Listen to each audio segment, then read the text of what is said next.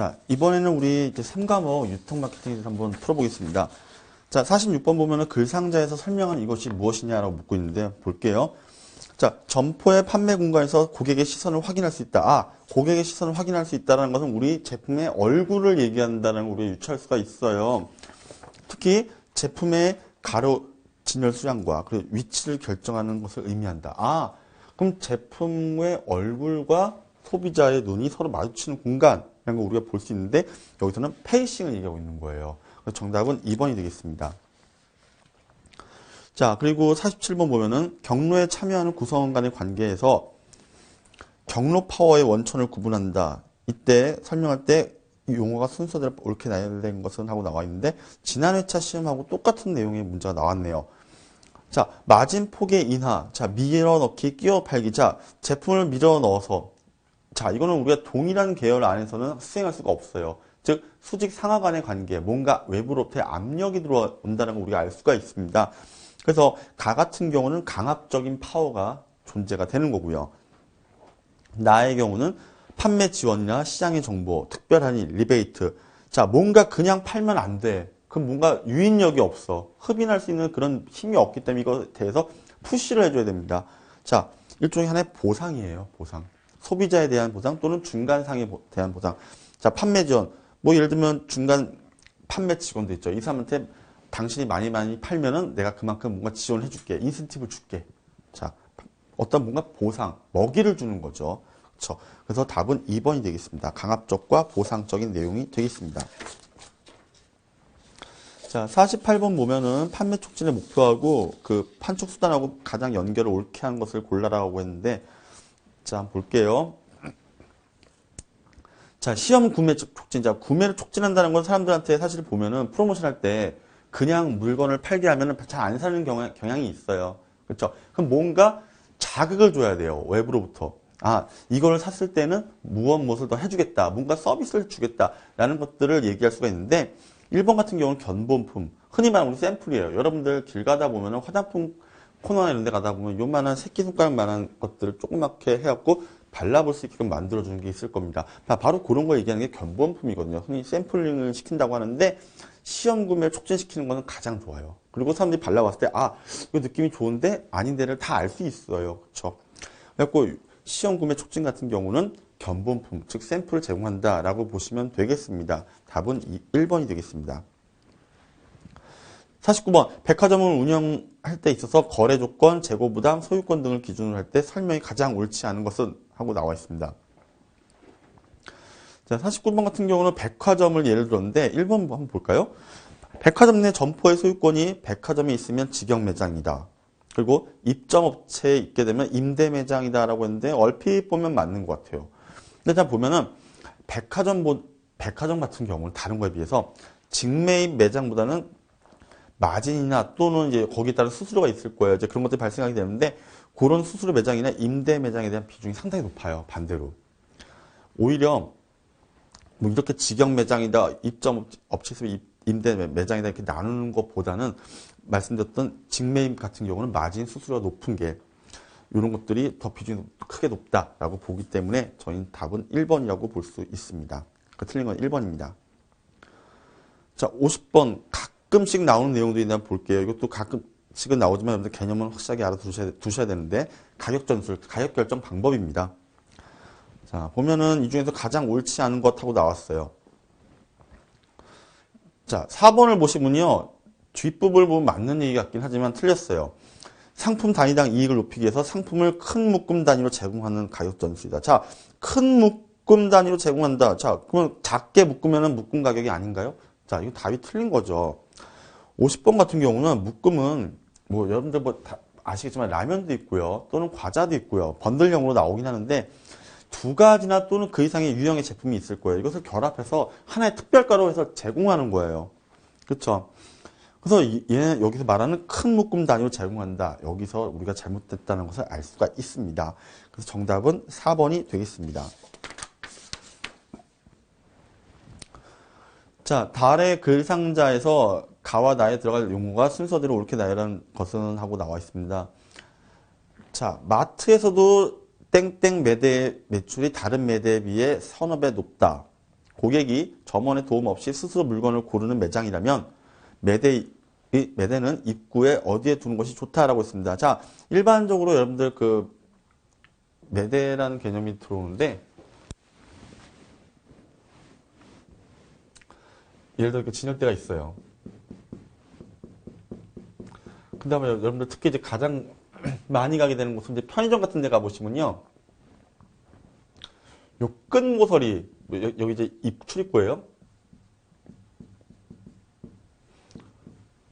그럼 이제 이렇게 들어갔는데 여기 보면 크게 매대 끝에 나와 있는 게 있어요.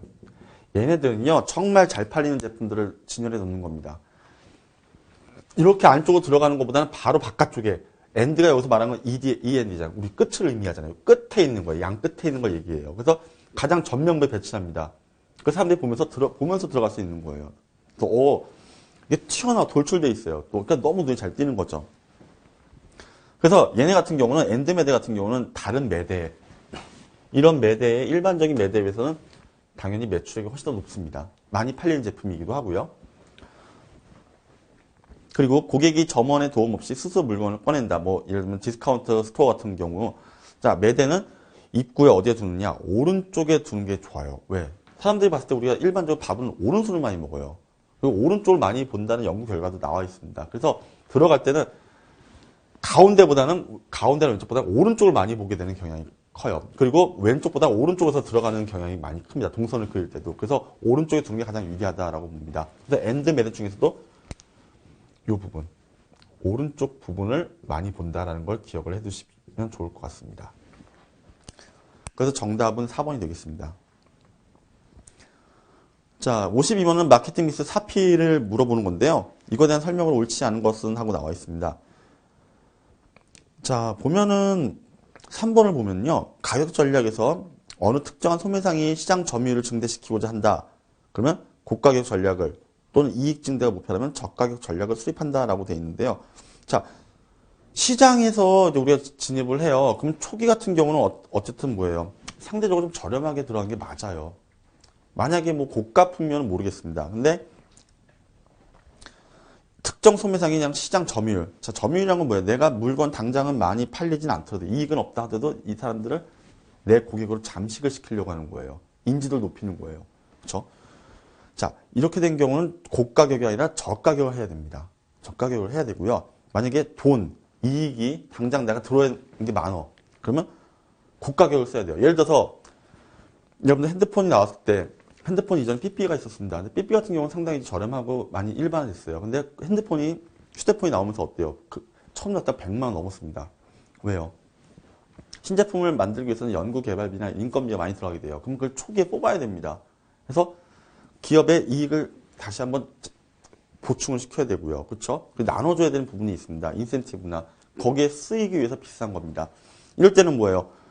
당장 이익의 목표라면 저가가 아닌 고가로 가는 게 맞아요. 근데 그렇지 않고 일단 이미지나 이런 것들을 내가 좋게 가갖고 나중에 소비자들로부터 인정을 받으려고 하면 저가로 가서 저렴하게 팝니다. 좋은 고품질의 제품을. 그럼 어때요?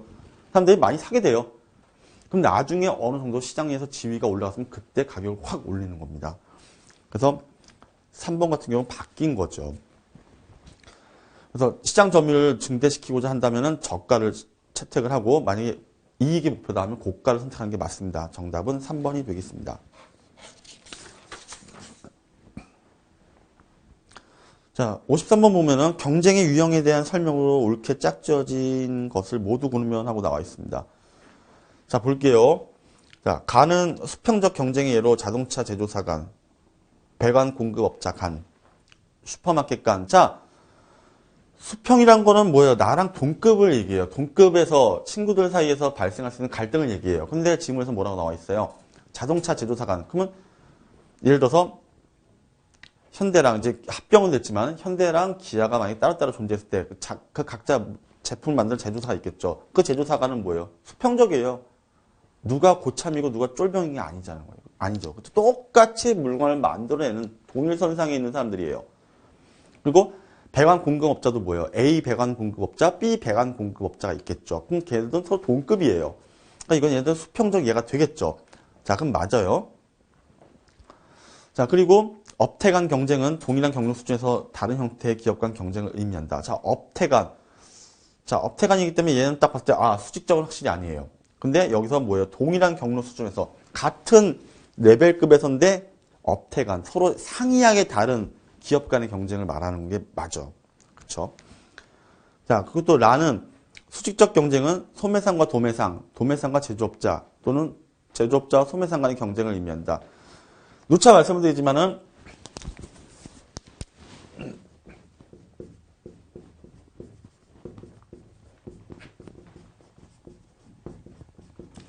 자, 이게 일반적이면서 전통적인 유통 채널 구조입니다. 오프라인상에서. 자, 이랬을 때 이렇게 써놓기는 했지만 얘네가 동일선상에 있는 게 아니에요.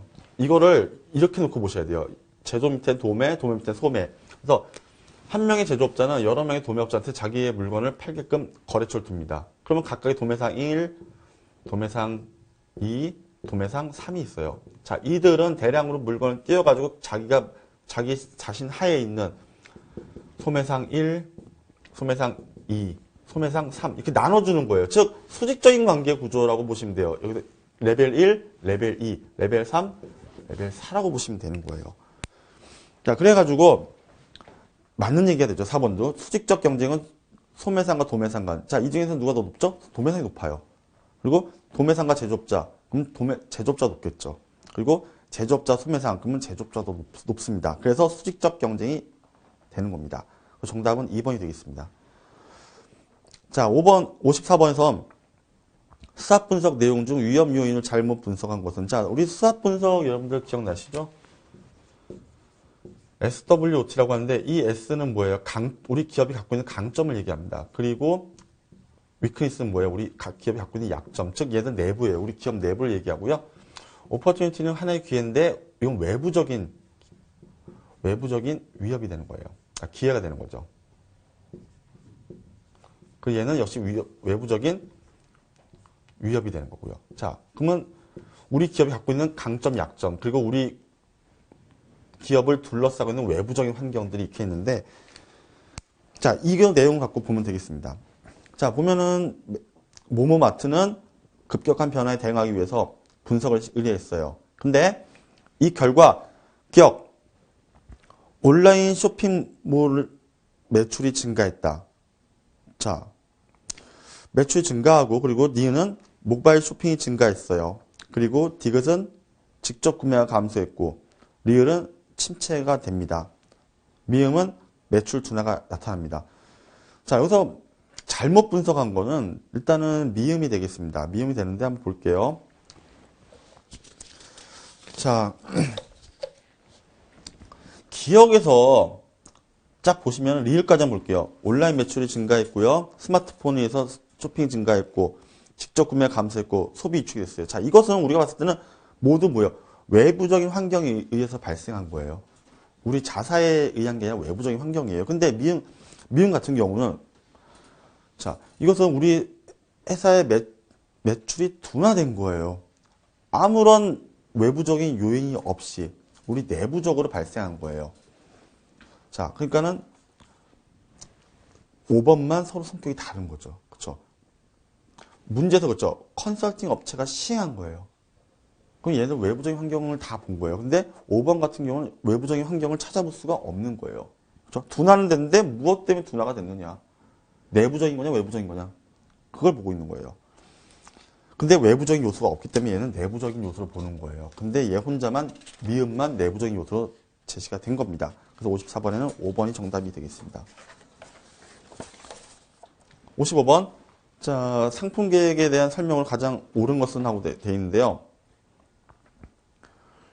자, 상품 구색을 계획하는 거예요. 즉, 이제 소비자가 어떻게 상품 구색을 바라겠잖아요. 그렇죠? 바랄 거 아니에요. 너무나 많은 제품을 한 번에 가서 구입하고 싶어 하는데, 소매업체 입장에서는 어떻게 이것을 구색을 맞출 것인지를 보는 거예요. 자, 근데 다른 건 다 이상한데 4번을 보시면요. 특정한 상품 카테고리에서 취급할 상품의 목록을 가져온다. 자, 구색 계획이라는 거는 뭐예요? 상품 카테고리에 어떤 특정한 상품 카테고리에 있으면 거기에 따른 재무적인 계획이 들어가요. 그렇죠? 그리고 상품의 기획을 하는 데 있어서 상위 목표를 계획하는 것에 의미를 두고 있습니다. 그래가지고 55번 같은 경우는 특정한 상품 카테고리 내에서 취급할 상품 품목을 제시하는 거야. 즉 만약에 커피다. 커피를 만약에 내가 해요. 그럼 커피 중에서도 카테고리로 나누는 거죠. 뭐 카페라떼나 또는 블랙이냐 여러 가지 또는 아메리카노냐 이렇게 해서 나누는 거예요. 그 목록 리스트를 갖고 있는 거예요. 거기에 맞게끔 해당이 되는 건 바로 4번이다. 그래서 55번에 4번이 되고요. 56번을 보시면은 이제 제품 설명 중에 PLC를 얘기하고 있는데 용어가 바르게 나타난 것은 하고 있어요. 보면 기업 단계에서는 시장 수요가 증가한다. 아, 시장 수요가 증가한다. 수요가 증가한다는 건 뭐예요? 아, 이 제품이 시장에 안착됐다는 걸 얘기합니다. 그렇죠? 그러면 얘는 세태기는 아니고 도입기는 절대 아니다. 그러면 성장기, 성숙기로 압축할 수 있습니다. 그리고 시장 커버리지를 확대한다. 이용 가능성을 높이기 위해서 개방 경로 체제를 수립한다. 자, 매출 증가나 시장 수요가 증가하는 거는 맞아요. 성장기, 성숙기가 있지만 지난 시간에 얘기했지만은 어때요? 성장기에서는요. 성장기에서는 이제 이익이 발생하니까 매출이 수요가 증가하게 됩니다. 수요가 증가하게 되는 계기가 되고요. 얘는 성숙기에 다다라서는 매출과 이런 게 다 최고조에 다다르는 거예요. 완전히 정상이 온 거야. 근데 얘네 문제에서 뭐라고 하고 있습니까? 시장 수요가 증가함에 따라니까 시장 수요가 올라가고 있다는 걸 얘기하고 있죠. 얘는 바로 성장기에 해당이 된다라고 볼 수 있는 거예요. 그리고 니은, 나 단계에서는 판매가 안정되고 경쟁이 심화된다. 자, 그리고 만약에 내가 가를 헷갈린다. 그럼 나에서 알 수가 있어요. 성숙기에서는 어때요? 2차 방정식의 포물선이 가장 최고의 정점에 달하는 거예요. 그럼 결국 뭐예요? 경쟁이 포화 상태가 됐다는 거예요. 그래서 성숙 교재에 보면 나와 있지만은 경쟁이 포화 상태가 돼요. 성숙기에서는. 자, 근데 지문에 뭐라고 되어 있나요? 경쟁이 심화됐기 때문에. 자, 나와 있죠? 그래서 56번에 가는 성장기가 되고요. 나는 성숙기가 됩니다. 정답은 3번이고요. 자, 57번을 보시면 이건 아마 여러분들 전자상거래나 이제 앱으로 구매를 많이 하실 때, 제품 구매하실 때 관련된 내용인데, 이제 그걸 이제 용어화 시킨 거예요. 한번 볼게요. 결혼을 앞둔 남자와 이제 여자는 이제 신혼살집 주변에 여러 가구점을 돌아봅니다. 그래서 구매를 하려고 하겠죠. 이때 이들은 스마트폰을 통해서 제조업체와 가격 정보를 확인합니다. 그리고 구입하기로 마음먹은 제품을 온라인에서 구매하는 거야. 실제로는 가봐요. 밖에 가요. 그래서 오프라인 판매점에서 본 다음에 이 제품을 사고 싶은데 이거 어떻게 할 것인가? 너무 비싼 거야. 근데 이제 일반적으로 인터넷이 저렴한 거 아니까 그 해당 모델과 이름을 가지고 검색을 합니다. 그래서 인터넷 쳐봐요. 근데 보니까 무려 20%나 30%까지 저렴해. 그럼 나는 어떻게 돼? 그걸 똑같은 제품을 사고 싶은 거예요. 자, 그걸 얘기하고 있는데 이걸 이제 우리 유통상 용어는 쇼루밍이라고 얘기를 합니다. 쇼루밍. 자, 반드시 기억을 하시고요. 요즘 나온 용어이기 때문에 또 다시 사례를 바꿔서 나올 확률이 높으니까 반드시 기억을 하도록 하겠습니다. 그래서 57번에 1번이 되겠고요. 자, 58번의 광고에 관련된 내용인데 POP입니다. 자, POP와 그 유형별 활용 방안에 대한 설명으로 가장 옳지 않은 것은 하고 나왔어요. 자, 보면은 3번을 볼까요? 광고 POP는 쌓인 물처럼 장기간 사용되기에 강렬한 인상을 줄수록 바람직하다라고 되어 있는데 사실은 이런 경우가 그 광고 POP는 어때요?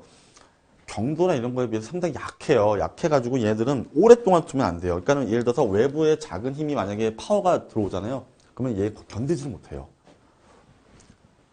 팝 광고 같은 경우 그래요.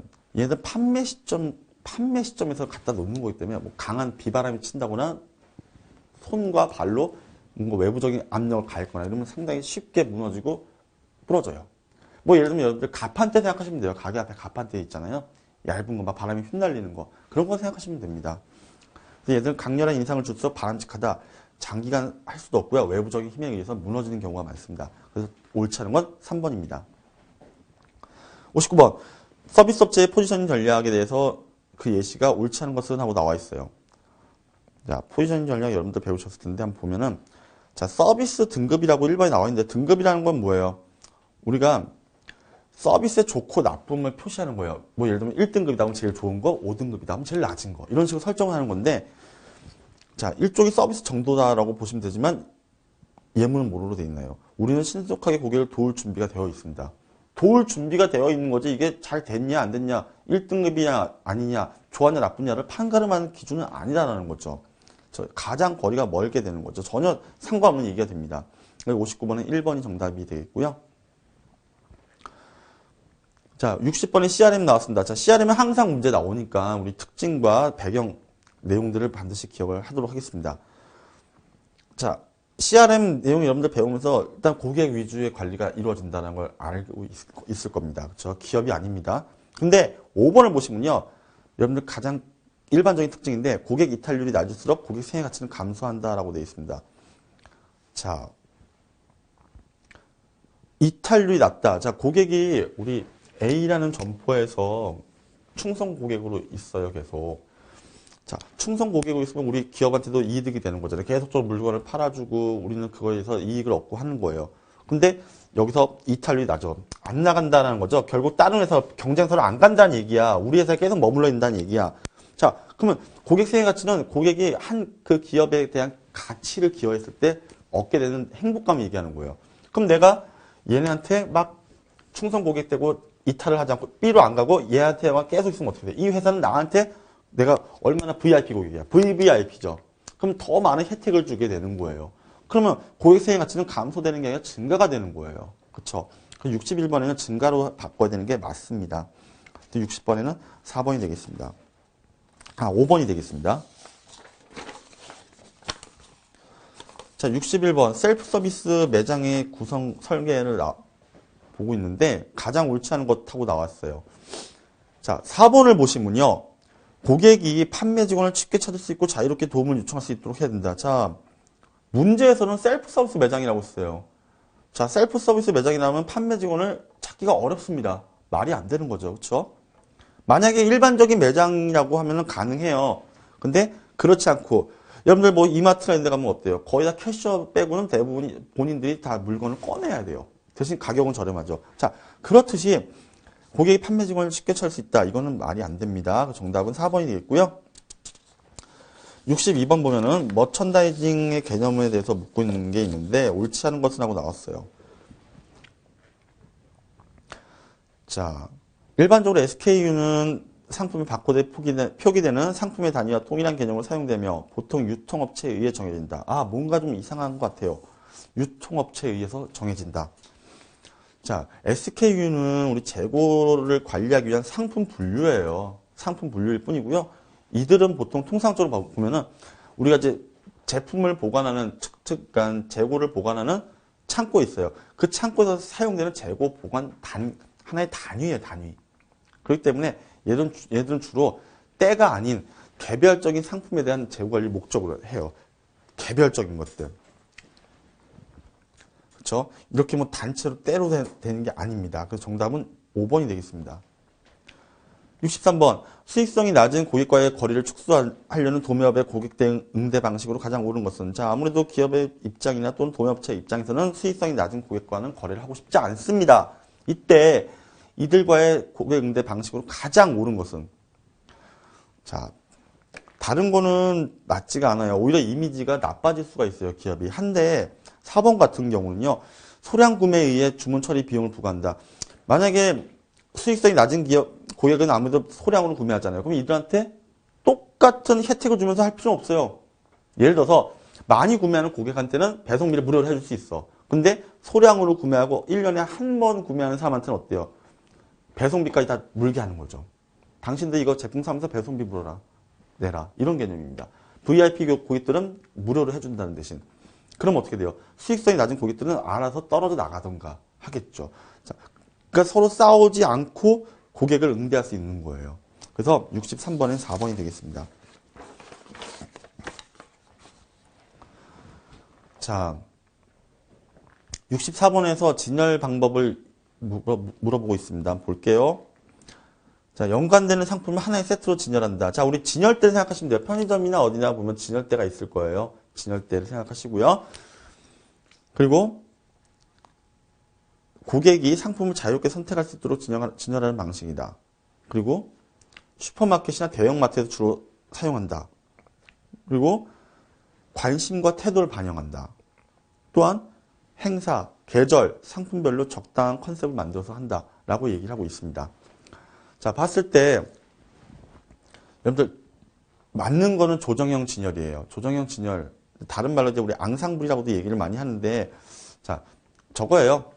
조정은 이제 1번처럼 연관된 상품을 하나의 세트로. 그러니까 뭐 예를 들면 우리가 이 제품은 어떤 제품이에요. 근데 이거에 비슷한 효능을 지닌 제품도 있어요. 이걸 묶어버리는 거 하나의 가족으로 보는 거야. 예를 들면 우리 대기업 보면 계열사들이 있어요. 예를 들어서 S사. S사는 뭐 있어요? 자동차 사업부도 있고 반도체 사업부도 있죠? 다 묶어버리는 거야, 세트로. 조정형 진열. 이걸 진열하는 제품을 적용시킨 거죠. 그 조정형 진열이라 합니다. 그래서 정답은 1번이 되겠고요. 65번. 고객의 행동에 대처하는 판매자에 적합한 행동. 고객이 이제 보기 어려운 건데, 고객이 특정 상품을 주시한다라고 했는데, 자, 재빠른 동작으로 다가가 주시한 상품의 특장점을 설명한다. 자, 만약에 제가 고객이에요. 근데 제가 어느 이 제품에 대해서 잠깐 주시하고 있어요. 그러면 막 와서 이 제품은 뭐 하면서 막 팔려고 그래요. 그럼 어때요? 고객 입장에서 상당히 어떻다? 부담스러운 거예요. 나는 그냥 쳐다볼 수 있잖아요. 딴 생각할 수도 있는데 이 사람은 내가 이걸 구매할 줄 알고 와서 말을 걸기 시작하는 거죠. 그럼 나는 거기에 부담을 느껴서 점포를 떠나게 되는 경우가 발생하는데, 자, 이런 경우에는 이렇게 재빠른 동작으로 가면 안 되는 거예요. 만약에 고객이 구매를 하고 싶다. 그러면 점원을 부르게 되겠죠. 자, 65번에는 1번이 정답입니다. 자, 표본 추출 유형. 요즘에 나오는 부분 중에 하나인데, 여러분들 표본 추출, 비표본 추출 유형이라는 게 있어요. 그래서 여러 가지 개념들이 나오는데 그 개념을 묻고 있는 문제입니다. 자, 옳지 않은 것은 하고 나왔습니다. 자, 정답은 4번인데 왜 틀렸는지 볼게요. 판단 표본 추출 방식은 조사자가 모집단을 상호 배타적인 몇 개의 집단을 나눈다. 서로 배타적이에요. 그리고 그 중에서 무작위로 추출한다라고 되어 있는데, 자, 사실은 이 개념이 아니에요. 판단 표본은 우리가 알고 있는 연구 조사자 있겠죠. 그 사람이 내가 조사하고자 하는 목적이 있을 거예요. 그렇죠? 그 목적에 적합하다고 판단되는 구성원들 표본을 삼는 거예요. 삼았을 때 그 해당 분야에 있어서 전문가들이 의견을 낼 거예요. 그런데 거기서 공통적인 걸 뽑아낼 수가 있거든요. 그러니까 다시 말씀드리면 내가 조사자예요. 근데 내가 이거를 연구하기 데 있어서 표본이 적합하다 이거야. 이걸 써도 돼. 그런 걸 얘기하는 건데 얘들은 뭐예요? 아예 그냥 상호 배타적인 거라고 얘기를 명시를 박아버렸어요. 전혀 의미가 다른 거죠. 그렇죠? 그래서 66번에 4번이 되겠습니다. 67번. 경로 구성원의 성과 평가 기준에 따른 성과 척도의 연결이 옳지 않은 것하고 나왔어요. 자, 옳지 않은 것. 자, 재고를 유지한다. 자, 재고를 유지한다는 건 뭐예요? 일단은 관리비나 임대료나 각종 잡비가 발생하게 되는 거예요. 그리고 이것을 관리하기 위한 인건비가 증가하게 되는 겁니다. 근데 이거는 시장 점유율이랑 아무 상관이 없어요. 시장 점유율은 내가 고객을 많이 점유한다는 얘기잖아요. 시장에서. 내 인지도가 높아간다는 걸 얘기하는데 얘들은 재고를 유지한다는 건 그 의미가 아니에요. 비용을 발생시키는 거기 때문에 얘들은 정답은 4번이 되겠습니다. 68번. 브랜딩 개념에 대한 설명으로 가장 옳지 않은 걸 고르는 내용이네요. 자, 보면은 68번 같은 경우는 정답이 4번이 되는데 공동 브랜딩이라고 되어 있는데 한번 볼게요. 공동 브랜딩은 기존 브랜드명의 파워가 약해졌을 때 기존 브랜드와 동일한 브랜드명의 신제품을 도입한다. 자, 파워가 약해졌다고 해서 새로운 걸 도입하는 건 아니에요. 자, 공동 브랜딩이라는 건 말 그대로 공동으로 뭔가 같이 한다라는 거 의미로 우리는 해석을 해야 됩니다. 그래서 자체적인 한 회사가 아니라 여러 회사, 우리 말고 다른 회사가 어떤 연합을 했다든지 그런 식으로 보셔야 돼요. 그래서 전략은 새로운 제품이 이미 구축된 연상이 있겠죠. 사람들이 A라는 제품에 대해서 이미 이거에 대한 이미지 갖고 있어. 이때 2개 이상의 브랜드 있죠. 회사 A와 B가 합쳐서 하나의 브랜드를 만들어 버리는 걸 얘기하는 거지 자체적으로 기존 브랜드와 동일한 걸 그대로 쓰는 게 아니에요. 그래서 68번에는 4번이 되겠습니다.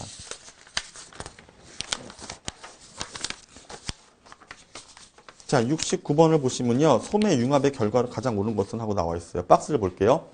자, 빠르게 변화하는 환경 속에서 영업을 하고 있고요. 서로 다른 업체, 소매점이 같은 고객층한테 같은 상품을 같은 가격에 판매하는 거예요. 자, 이건 뭐예요? 동일한 제품을 동일한 고객한테 동일한 가격으로 하는 거니까 어때요? 차별화가 전혀 없다라는 걸 얘기하는 거예요. 그렇죠? 가격도 똑같아, 디자인 똑같아, 내가 타겟으로 잡은 사람도 똑같아. 그러면 차별의 감소가 되는 거지 차별의 증가가 되거나 하는 건 아닌 거죠. 그리고 각 소매 업태 간 맨 위에 줄 오른쪽 보면 서로 다른 업태라고 했죠. 그럼 여기서 가장 가까운 것은 1번이 되겠습니다. 소매 업태 간 차별의 감소가 되고요. 70번 프랜차이즈에서 가맹점, 프랜차이즈에 대해 장점으로 옳지 않은 것이라고 했어요. 자, 프랜차이즈는 프랜차이저의 상호명을 갖다 쓰는 대신 로열티를 지급한다고 말씀을 드렸습니다. 자, 그랬다면은 장점으로 옳지 않은 걸 봐야 되는데 3번 볼게요. 본부가 일괄적으로 매장의 종업원을 채용하고 관리한다. 그래서 노사 문제에 대한 우려가 낮다라고 되어 있는데요. 자, 이거는 프랜차이즈 시스템에서 프랜차이즈는요. 어떠한 재료나 자료나 이런 것들은 지원을 해줘요. 본부에서. 근데 예를 들어서 뭐 종업원을 쓰거나 알바생을 썼다. 이거는 프랜차이저가 해주는 게 아닙니다. 자체적으로 프랜차이즈 지점이 하는 부분입니다. 그렇기 때문에 노사 문제에 대한 우려가 낮다. 이건 장점이라 볼 수도 없습니다. 그렇죠? 그리고 발생 가능할 수도 있는 부분이고. 근데 문제에서는 본부가 일괄적으로 채용한다고 했는데 이 자체, 주절의 내용 자체가 잘못된 겁니다. 이거는 프랜차이즈 가맹점이 자체적으로 사람을 쓰는 부분입니다. 그래서 정답은 3번이 되겠습니다.